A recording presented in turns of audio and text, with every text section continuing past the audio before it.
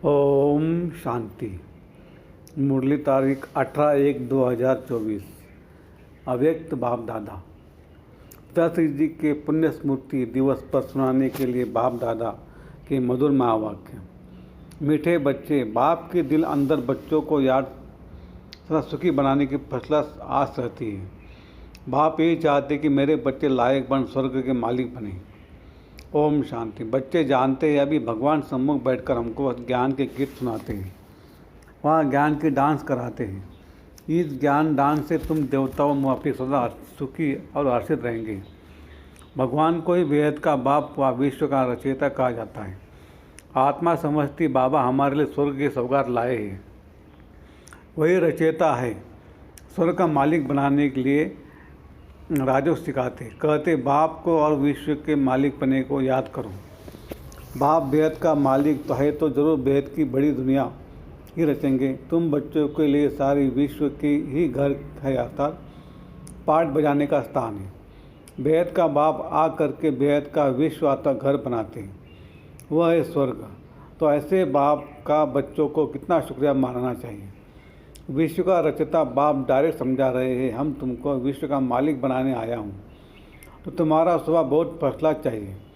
तुम्हारी चलन ऐसी होनी चाहिए तो सब कहे कि यह तो जैसे देवता है। देवताएं नामी ग्रामी है, कहते इनका स्वभाव एकदम देवताई है, बिल्कुल मीठे शांत स्वभाव के हैं। तो ऐसे बच्चों को बाप भी देख खुश होते हैं। बाबा स्वर्ग का मालिक बनाने आते हैं, तो तुम्हें कितना मददगार बनना चाहिए। सर्विस में आप ही लग जाना चाहिए। ऐसे नहीं मैं थक गया हूँ, फुर्सत नहीं है। समय पर सब काम करने में कल्याण है। यज्ञ सर्विस का इजाफा शिव बाबा देते हैं। बाबा बच्चों की दैव चलन देखते तो कुर्बान जाते हैं। तुम बच्चे इस पढ़ाई से कितनी ऊंची कमाई करते हो, तुम पद्मपति बनते हो। बाबा तुम्हें कितना धनवान बनाते हैं। बाप तुमको अखुट खजाने में ऐसा वजन करते हैं जो 21 जन्म साथ रहेगा। वहाँ दुख का नाम नहीं, कभी अकाले मृत्यु नहीं हो गई। मौत से कभी डरेंगे नहीं। यहाँ कितना डरते रोते हैं, तुमको तो खुशी है। यह पुराना शरीर छोड़ जाए, नई दुनिया में प्रिंस बनेंगे। तुम इस पुरानी दुनिया से ममत्व मिटाते रहो, इस देह को भी भूलते जाओ। हम आत्मा इंडिपेंडेंट है, बस एक बाप के सिवाय और किसी की याद न है। जीते जी जैसे कि मौत की अवस्था में रहना है। इस दुनिया से मर गए, कहते भी है ना, आप में मर गए दुनिया। शरीर के भान को उड़ाते रहो। एकांत में बैठ ये अभ्यास करो, बाबा बस अभी हम आपकी गोद में आए कि आए। एक की याद में शरीर का अंत हो, इसको कहा जाता है एकांत। मीठे बच्चे, तुम जानते हो कि ऐसी ऊंची पढ़ाई पढ़ाने वाला कौन है। इस चैतन्य डिब्बी में चैतन्य हीरा बैठा है, वही सच्चित आनंद स्वरूप है। सद बाप तुम्हें सच्ची सच्ची श्रीमत देते हैं। बाप के बने हो तो कदम कदम पर श्रीमत पर चलना है, चुप रहना है और पढ़ना है। एक बाप को याद करना है। घड़ी घड़ी इस बैच को देखते रहो तो बाप और वर्षे की याद आएगी। याद से तुम जैसे सारे विश्व को शांति का दान देते हो। हर एक बच्चे को अपनी प्रजा भी बनानी है, वारिस भी बनाने हैं। मुरली कोई भी मिस नहीं करनी चाहिए। बाबा बहुत प्यार से समझाते हैं, मीठे बच्चे अपने पर रहम करो, कोई आज्ञा नहीं करो। जो खुशबूदार फूल है वह खींचते हैं, तो जैसा है ऐसी शर्त लेने की कशिश करते हैं। खुशबूदार गुणवान बच्चों को देख प्यार में खुशी में नयन गिले हो जाते हैं। कुछ तकलीफ होती है तो बाबा शर्त देते हैं। बाबा समझाते, मीठे बच्चे तुम्हें इस पुरानी दुनिया में कोई भी आश नहीं रखनी है। अब तो एक ही श्रेष्ठ आश रखनी है कि हम तो चले सुखधाम। कहाँ भी ठहरना नहीं है, देखना नहीं है, आगे बढ़ते जाना। एक तरफ ही देखते रहो, तभी अचल अड़ोस्थिल अवस्था रहेंगी। अब दुनिया खत्म होनी है, इसकी बहुत सीरियस हालत है। इस समय सबसे अधिक गुस्सा प्रकृति को आता है, इसलिए सब खलास कर देती है। तुम जानते हो यह प्रकृति भी अपना गुस्सा जोर से दिखाएगी, सारी पुरानी दुनिया को डुबो देगी। अर्थक्वेक में मकान आदि सब गिर पड़ेंगे, अनेक प्रकार से मौत होंगे। यह सब ड्रामा प्लान बना हुआ है, इसमें दोष किसी का भी नहीं है। विनाश तो होना ही है, इसलिए तुम्हें इससे बुद्धि का योग हटा देना है। तुमने तो अपना सब कुछ ईश्वर कर दिया है, इसलिए तुम्हें किसी भी प्रकार की चिंता नहीं। तुम्हारा सब कुछ सफल हो रहा है। अब तुम कहेंगे वाह सदगुरु वाह, जिसने हमको ये रास्ता बताया है। वहाँ तकदीर, वहाँ ड्रामा, वहाँ तुम्हारे दिल से निकलता है। शुक्रिया बाबा आपका, जो हमारे 2 मुट्ठी चावल लेकर हमें सेफ्टी से भविष्य में 100 गुना रिटर्न देते हो। परंतु इसमें भी बच्चों की बड़ी विशाल बुद्धि चाहिए। बच्चों को अथाह ज्ञान धन का खजाना मिलता रहता है, तो अपार खुशी होनी चाहिए। जितना हृदय शुद्ध होगा तो औरों को भी शुद्ध बनाएंगे। योग की स्थिति से भी हृदय शुद्ध बनता है। तुम बच्चों को योगी बनाने का शौक होना चाहिए। अगर देह में मोह है, देह अभिमान रहता है, समझो हमारी अवस्था बहुत कच्ची है। देही अभिमानी बच्चे ही सच्चा डायमंड बनते हैं। इसलिए जितना हो सके देही अभिमानी बनने का अभ्यास करो। बाप को याद करो। बाबा अक्षर सबसे बहुत मीठा है। बाबा बड़े प्यार से बच्चों को पलकों पर बिठाकर साथ ले जाएंगे।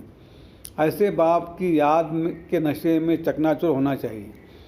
बाप को याद करते करते खुशी में ठंडे ठार हो जाना चाहिए। जैसे बाप आपकारियों पर उपकार करते हैं, तुम भी फॉलो फादर करो, सुखदायी बनो। बाप की दिल अंदर बच्चों को सदा सुखी बनाने की कितनी फर्स्ट आस रहती है कि बच्चे लायक बन स्वर्ग के मालिक बने। तुम बच्चे अभी ड्रामा के राज को भी जानते हो। बाप तुम्हें निराकारी, आकारी और साकारी दुनिया का सब समाचार सुनाते हैं। आत्मा कहती है अभी हम पुरुषार्थ कर रहे हैं नई दुनिया में जाने के लिए। हम स्वर्ग में चलने लायक ज़रूर बनेंगे, अपना और दूसरों का कल्याण करेंगे। अच्छा, बाप मीठे बच्चों को समझाते हैं। बाप दुख करता सुख करता है तो बच्चों को भी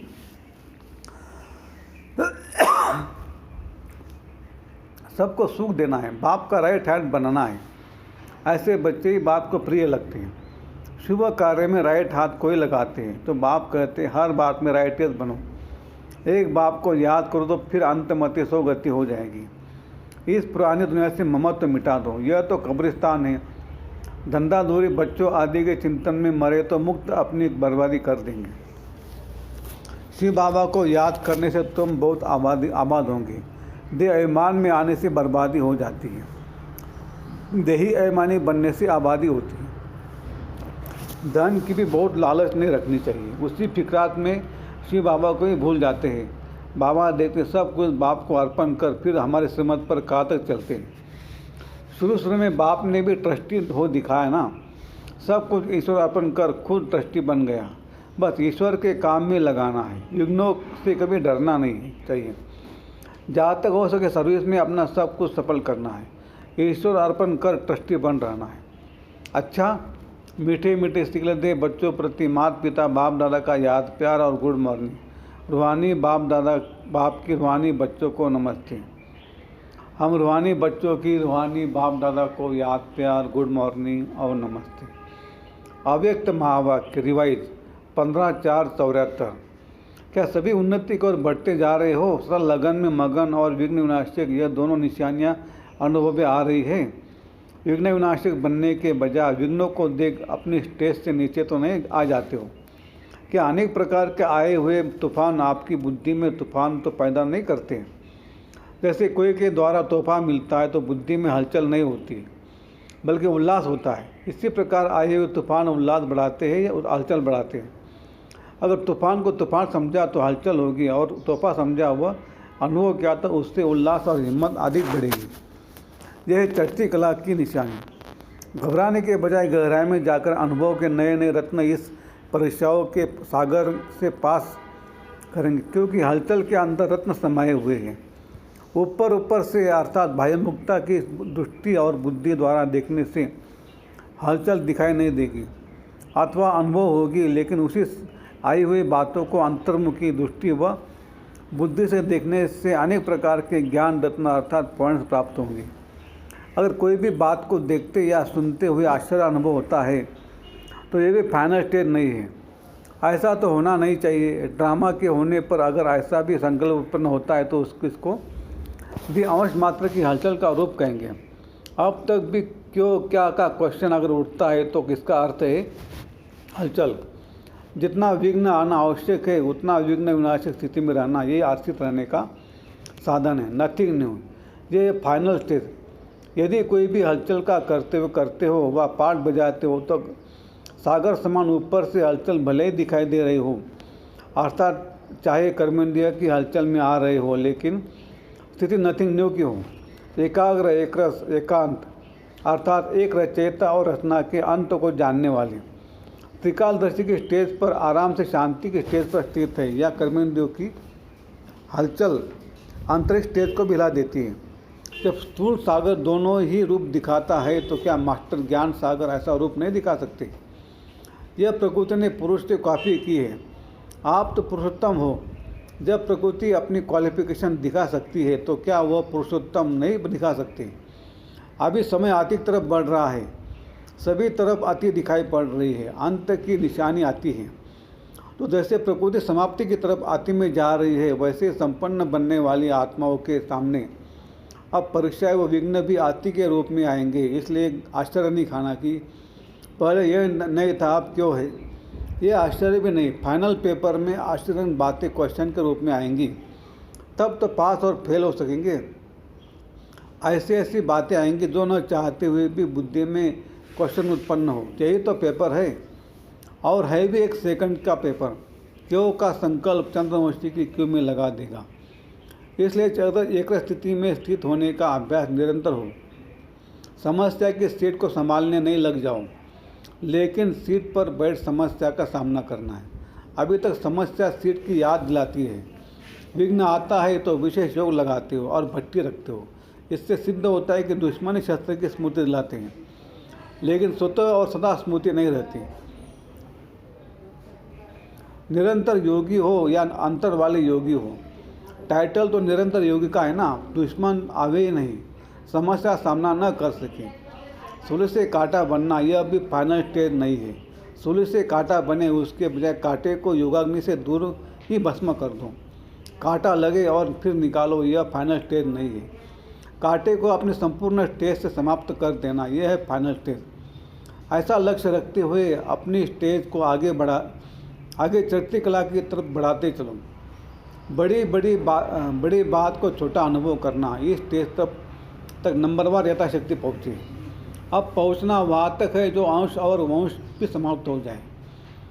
आप सभी हिम्मत, उल्लास और सर्व के सहयोगी बन रहे, सदा रहते हुए चल रहे हो ना।